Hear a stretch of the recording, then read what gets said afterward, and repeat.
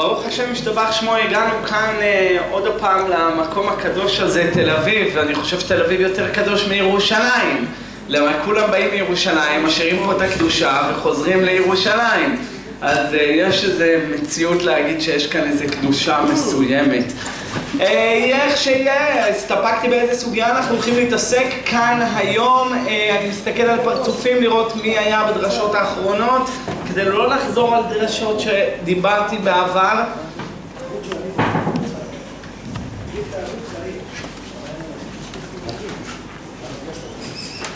והסוגיה שאני רוצה להתעסק ביום היא סוגיה מעניינת, מרתקת. אנשים אוהבים הלכה, אוהבים אגדה.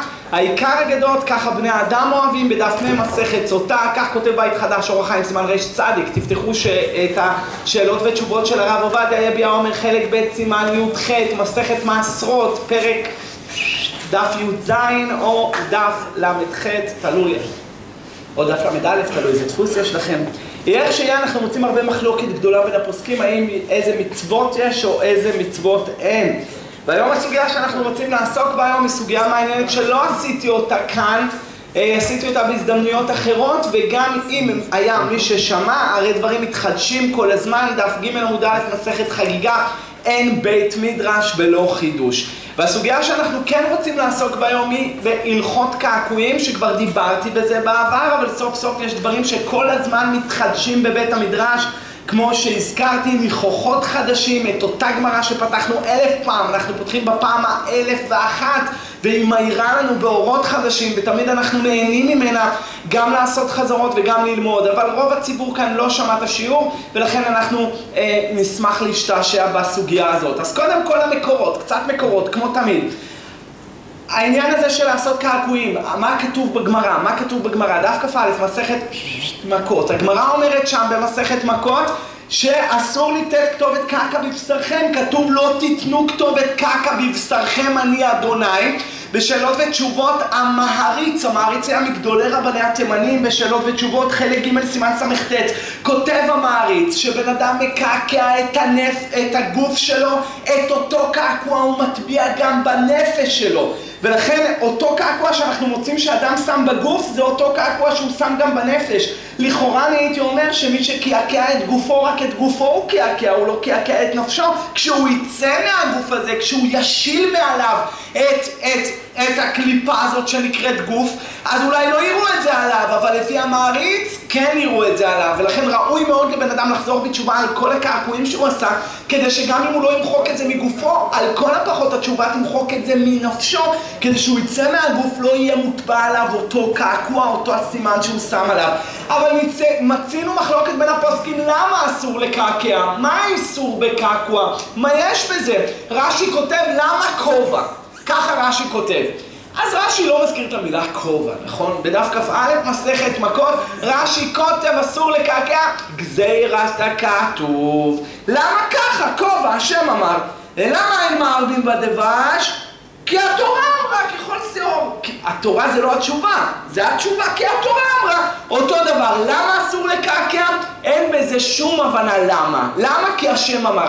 מישהו באחד הדרשות שלי מאוד מאוד אמר לי, אני מאוד רוצה לעשות קעקוע, והוא אמר לי, מה אכפת לקדוש ברוך הוא אם אני אעשה או לא יעשה? מה זה משנה לו? אמרתי לו, באמת לקדוש ברוך הוא זה לא ישנה, לך זה ישנה. הקדוש ברוך הוא אמר אסור, על פן שמר, אתה צריך למלא הוראות. פעם קודמת שהייתי פה, אנחנו דיברנו על העניין הזה של שילוח הקן, ואני הזכרתי כבר שאחד הפוסקים כתבו ששילוח הקן זה גזירת הכתוב. בא לך ביצים, לא בא לך ביצים, לא שואלים אותך, אתה רואה קן ביצים, אתה חייב לשלח. הפוסק שאומר את זה, זה כמובן לחוות יאיר בסימן ס"ז, כמו שהזכרנו בפעם הקודמת. אותו דבר גם בכל התורה כולה, לאו דווקא בהלכות שילוח הקן. השם אומר אסור תמלא הוראות. לא, אבל מה מפריע לו? אבל מה כואב לו? לא מפריע לו ולא כואב לו. השם אמר אסור, אתה צריך למלא הוראות. אתה יהודי, ויהודי עושה מה שהקדוש ברוך הוא אומר.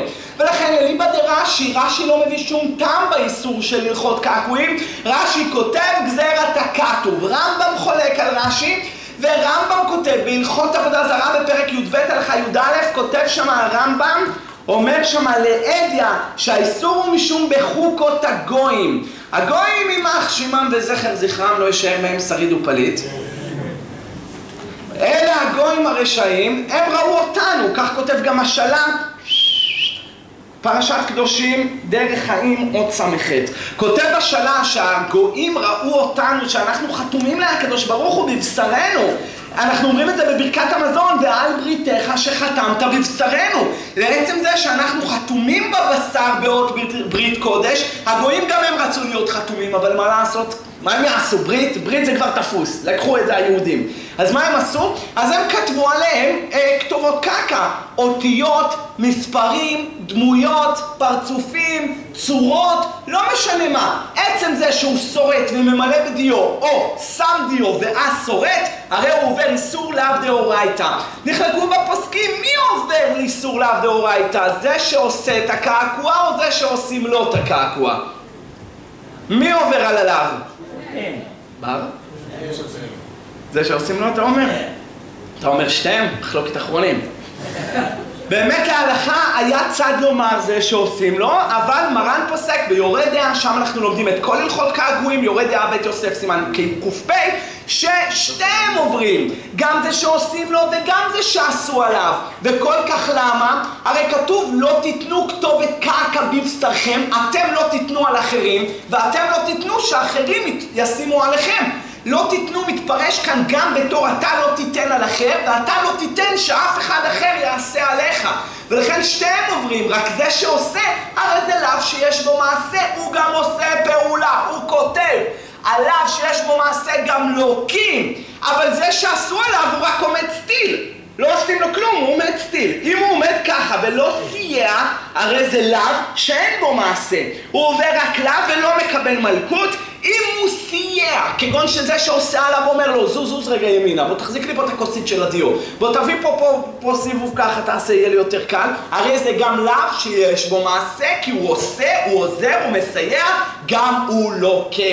ספר החינוך בסימן רנ"ג, מצווה רנ"ג בספר החינוך, כותב שהמצווה הזאת חלה על כל יהודי באשר הוא בכל זמן. בין איש, בין אישה, בין בגלות, בין בגאולה, גם כשיבנה בית המקדש המצווה הזאת אסורה. בין כאן בארץ ישראל, בין שם בחוץ לארץ, אסור ליהודי לקעקע על עצמו שום כתובת קעקע כלל ועיקר. ולכן צריך אדם להיזהר בזה, ואני הייתי בטוח שכתובת קעקע זה בדיוק כמו, יש מצוות שמקדשות הנשמה. כמו מה? תורה, מצוות, תפילה, אתה מסכך את הנשמה. יש מצוות שמזכחות את הגוף, כמו מה? טבילה במקווה. יש מצווה לטבול במקווה, זה לא חובה לטבול במקווה. מרן ביורה דעה, באור החיים סימן פ"ח, מרן כותב שלא חייב לטבול במקווה, גם שעזרא הסופר תיקן לבעלי קריין שיהיו טובלים במקווה, פעמיים אני זוכר בש"ס, כ"ב ברכות, פ"ב. נכון, בבא קמא, והגמרא לומדת בשתי המקומות האלה שעזרא תיקן טבילה לבעלי קריין כדי שלא יהיו מצויים תלמידי חכמים אצל נשותיהם כתרנגולים. תלמיד חכם היה הולך כל פעם היה יוצא ממנו טיפות. אז כדי למנוע את זה, עזרא הסופר אמר, מי שיוצא ממנו טיפה שילך למקווה. אז תלמידי חכמים הגיעו למסקנה, לא רוצים לגעת בנשים ולא רוצים ללכת כל רגע למקווה. עד שבא רבי יהודה בן ביתרא, בגמרא חולין קל"ו, וטבע את המושג הידוע, אין דברי תורה מקבלים טומאה, וביטל את זה. ולכן אין חובה לטבול היום במקווה, אבל יש עניין. אני עוד כשהייתי רב במיימי, שם אני טבלתי במקווה כל יום, היה לנו מקווה של הבית כנסת, ואני זוכר ואני מודיע ואני מגלה דעתי שאדם שלומד תורה אחרי שהוא לומד כל יום במקווה, תורה אחרת לחלוטין. ולכן יש מעלה ויש גדולה למי שיכול לטבול במקווה, הוא משיג השגות, הוא מתאר, אינו דומה לומד בטומאה ללומד בטהרה. ולכן ראוי לבן אדם לא רק שהוא רואה טיפות, לא רק שהוא הולך ביום שבת לקראת שבת לטבול במקווה, כמו שהערכתי בדיסק 12 על ענייני מקווה לקראת שבת, אלא גם עצם המעלה הזאת שהוא טובל כל יום כדי לשמור על טהרתו, גם זה יש מעלה גדולה. אבל יש מצוות שהן בלאו כדי לשמור עליך, כמו לא תטורו אחרי לבבכם. אתה כשאתה מסתכל ואחרי עיניכם אתה שומר את העיניים, אתה מתאר את הנפש, לא את הגוף. גם קעקוע, עצם זה שהתורה אומרת לא תיתנו כתובת קעקע, כאן אתה מתאר את הגוף. בקיצור, מה שאני מנסה לומר, יש עשה ולא תעשה ששומר על הנפש. עשה ששומר על הנפש זה תורה, לא תעשה ששומר על הנפש, דוגמה לזה זה לא תטורות, זה שומר על הנפש. יש עשה ולא תעשה ששומר על הגוף. עשה ששומר על הגוף כגון טבילה במקווה, בקום ועשה, גם שזה לא מצוות עשה היום לטבול במקווה, אבל בקום ועשה אתה מתאר את הגוף. יש מצווה ולא תעשה לתאר את הגוף גם. איזה? לא תיתנו כתובת קעקע בבשרכם. תהיו טהורים לקדוש ברוך הוא. יש עוד הרבה על מה לפלפל בסוגיה הזאת, רבותיי, אבל ראוי לבן אדם שלא יתבזה במעשים מכוערים כמו הגויים שהיו מקעקעים כתובת קעקע על בשרם. אדם שכבר קעקע כתובת קעקע על בשרו, האם הוא חייב להוריד את זה או לא? חייב או לא? יש איזה רב אחד בירושלים שכדרכו הוא לא מדייק כל כך בהלכות, והוא אמר שמי שיש לו כתובת קעקע, כל רגע שהכתובת קעקע נמצאת בבשרו עובר עליו, ובמחילה מכתבות תורתו אין לזה יסוד בכלל בפוסקים. שאלות ותשובות, שבט הקעתי, סימן קנ"ד, שאלות ותשובות, להורות נתן, חלק ח' סימן ע"ב, פת שגן הכתב מביא בשם הרב קנייבסקי בסימן י"ג, והוא כותב לעדיה שבן אדם שנתן כתובת קעקע בבשרו, אין חובה ללכת ולמחוק את זה, ראוי שימחוק את זה, הוא לא עובר על איסור כל רגע שזה נמצא עליו. האיסור בכתובת קעקע זה רק בשעה שהוא עושה, עשית עברת עליו, אחרי זה אתה רוצה למחוק, זה לא לאו הניתק לעשה, זה לא מה שלמדנו בשילוח הקן אליבא דהרשב"א בסימן י"ח. אסור לקחת את הציפור, אם לקחת אז שלח תשלח, אתה מתקן. אסור לגזול, אם גזלת תשיב את הגזלה. אין כאן איסור, אין כאן לאו של אסור לעשות קעקועים, אם עשית תמחוק ואתה מתקן את הלאו, אתה לא מתקן את הלאו אם מחקת. אין איסור להשאיר את הכתובת על עצמך, ראוי שתמחוק את זה. מה, אתה יהודי, אתה לא יהודי, אתה יהודי. איך יהודי יהיה עליו כתובות קעקע וצורות ופרצופים ודמויות? אבל אין כאן מצוות עשה למחוק, אין כאן חובה למחוק. האיסור זה רק פעם אחת כשהוא עשה את זה, אחר כך אם והיה והוא משאיר את זה עליו, הוא לא עובר על לאו. אני נתתי דרשה פעם במנהטן בניו יורק, ומישהו הראה לי זקן אחד בסוף הדרשה ששמו עליו מספרים ביד. אני לא זוכר אם זה היה באושוויץ או טרבלינקה, אבל הוא הלך וסיפר לי, הרב אתה רואה את זה, זה מהשואה, האם אני חייב להסיר את זה? כאן ברור שהוא לא אשם. למה? אנסו אותו, בבא קמא, בדף כ"ח, אנוס רחמנא פטרא, שנאמר ולנערה לא תעשה דבר, הוא אנוס, אבל האם ראוי לו למחוק את זה? הרגע הזכרנו שאין חובה במחיקה, יש איסור בעשייה. כאן אין גם איסור בעשייה כי הוא לא אשם בכלל.